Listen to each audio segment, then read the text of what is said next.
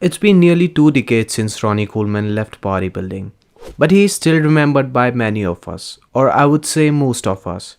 However, not many people know that he faced multiple defeats against Lee Priest. I think Lee was one of a kind. He was the smallest but was a big obstacle for others. He was a bodybuilder who deserved more recognition than he received.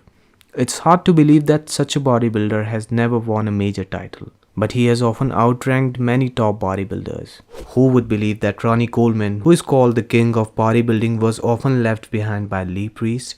It has happened, not just once but many times, but the most notable instance was the 97 Ironman Pro Invitational, where Lee Priest had the most impact on Ronnie Coleman.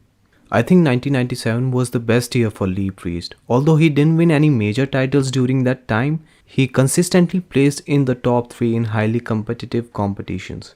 However, today we are focusing on the 97 Ironman Pro and see how impressive Lee Priest was during that event. So here are the top 5 lineup of the competition.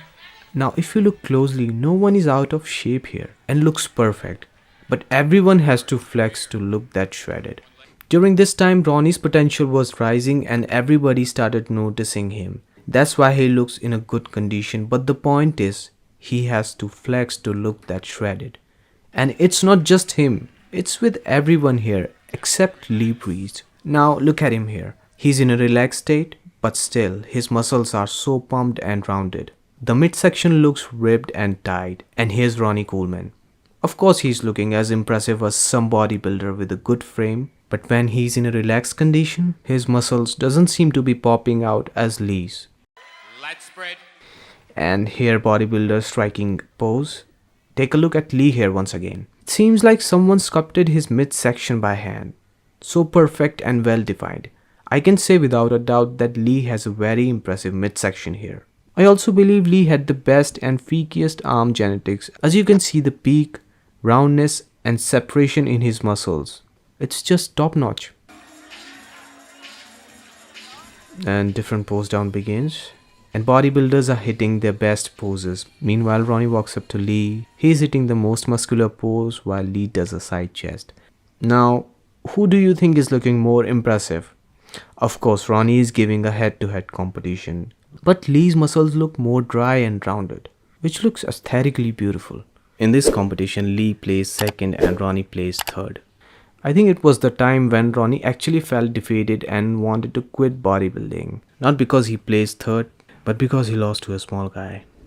I think many people don't realize how good Lee Priest was because he didn't win as many big bodybuilding titles.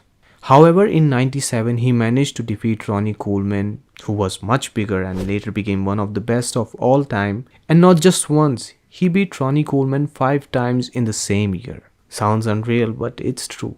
I think this is a remarkable achievement, especially since Lee Priest was one of the smallest bodybuilders at the time. He was the lightest, weighing around 200 pounds during competitions.